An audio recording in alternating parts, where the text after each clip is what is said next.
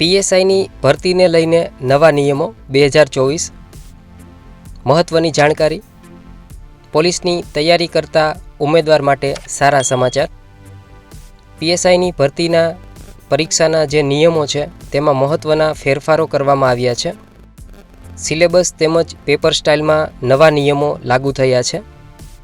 સૌપ્રથમ જોઈએ આમાં નવું માળખું શું છે, તો આમાં પરીક્ષાના તબક્કા કેટલા છે તે જોઈએ।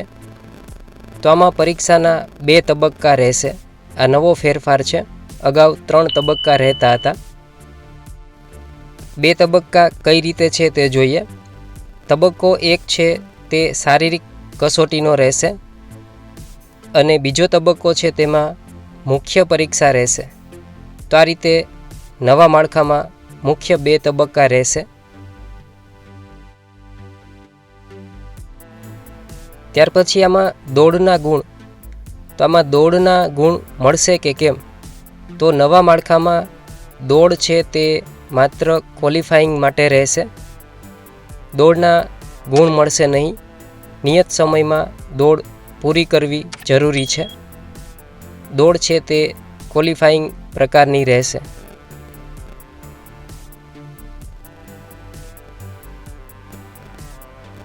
બીજું કે આમાં વજન વિશેની જોગવાઈ શું છે।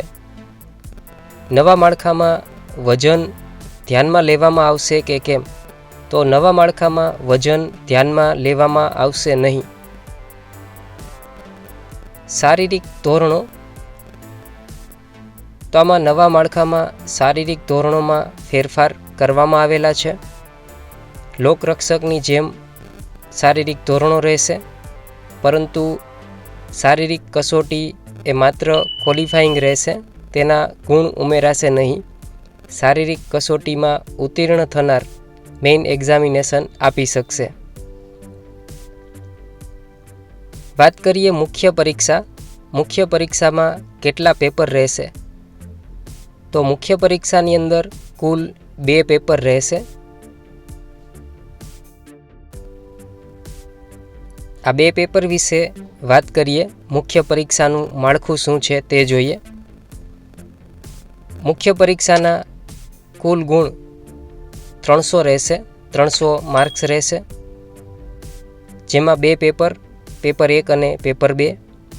પેપર 1 200 માર્ક્સ રહેશે, પેપર નંબર 2 100 માર્ક્સનું રહેશે। તો આ રીતે કુલ 300 ગુણ થશે। મુખ્ય પરીક્ષામાં સમય, વિષય, પ્રશ્નપત્રની પેટર્ન શું રહેશે તે જોઈએ। તો પેપર 1 200 માર્ક્સનું પેપર રહેશે, 3 કલાકનો સમય આપવામાં આવશે। પેપર 1 છે તે MCQ પ્રકારનું રહેશે। પેપર 1નો જે વિષય છે તે જનરલ સ્ટડીઝ રહેશે, સામાન્ય અભ્યાસનું પેપર રહેશે। પેપર નંબર 2 તેની અંદર ગુજરાતી અને અંગ્રેજીના પ્રશ્નો પૂછાશે। પેપર 2 છે તે ડિસ્ક્રિપ્ટિવ પ્રકારનું રહેશે, 100 માર્ક્સ રહેશે, સમય 3 કલાકનો રહેશે। તો આ રીતે મુખ્ય પરીક્ષાની અંદર બંનેનું માળખું રહેશે। મુખ્ય પરીક્ષા પેપર 1 વિશે વિગત જોઈએ। પેપર 1ના માર્ક્સ કઈ રીતે છે, કેટલા માર્ક્સ છે, તો આમાં વિભાગ A 100 માર્ક્સ રહેશે, વિભાગ B તેના પણ 100 માર્ક્સ રહેશે। તો આ રીતે કુલ 200 માર્ક્સ થશે। મુખ્ય પરીક્ષા પેપર 2 તેના વિશે જોઈએ। તો તેમાં માર્ક્સની વાત કરીએ તો ભાગ A 70 માર્ક્સ અને ભાગ B 30 માર્ક્સ, આ રીતે 100 માર્ક્સ થશે।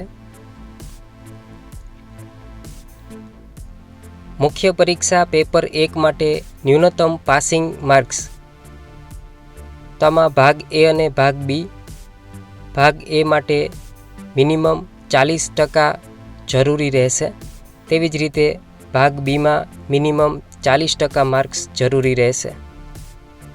મુખ્ય પરીક્ષા પેપર 2 માટે ન્યૂનતમ પાસિંગ ધોરણ, તો ન્યૂનતમ પાસિંગ માર્ક્સ ભાગ એ અને બી બંનેમાં થઈને 40% માર્ક્સ જરૂરી રહેશે. આમાં અગાઉના કેટલાક વિષયો હતા તે રદ કરવામાં આવ્યા છે. નવા માળખામાં અહીં દર્શાવેલા વિષયો રદ કરવામાં આવેલા છે.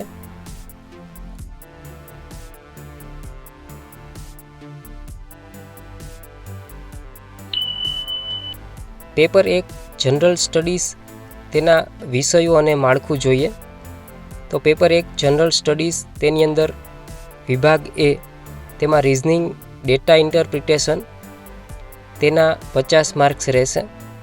ક્વોન્ટિટેટિવ એપ્ટિટ્યૂડ તેના 50 માર્ક્સ. આ રીતે કુલ 100 માર્ક્સ થશે. તેવી જ રીતે ભાગ બી પેપર 1ની અંદર ભાગ બીમાં જુદા જુદા વિષય અહીં દર્શાવેલા છે. ભારતનું બંધારણ, જાહેર વહીવટ, ઇતિહાસ, ભૂગોળ, સાંસ્કૃતિક વારસો, અર્થશાસ્ત્ર, જનરલ નોલેજ, સાંપ્રત પ્રવાહો વગેરે મુદ્દાઓ છે. અહીં દર્શાવ્યા પ્રમાણે દરેકના 25 માર્ક્સ છે. કુલ 100 માર્ક્સ થશે.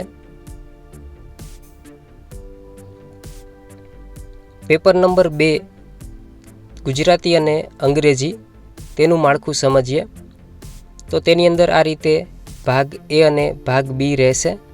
તેની અંદર જુદા જુદા મુદ્દાઓ છે. નિબંધ 30 marks, comprehension, report writing, letter writing વગેરેના જુદા જુદા માર્ક્સ છે. વિભાગ એ છે તેના કુલ 70 માર્ક્સ થાય છે. તેવી જ રીતે વિભાગ બી છે તેની અંદર જુદા જુદા મુદ્દાઓ છે. વિભાગ બી તેના 30 માર્ક્સ થાય છે.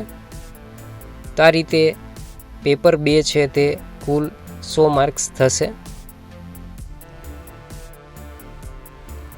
ત્યાર પછી આમાં કોર્સના માર્ક્સ છે તેમાં ફેરફાર છે.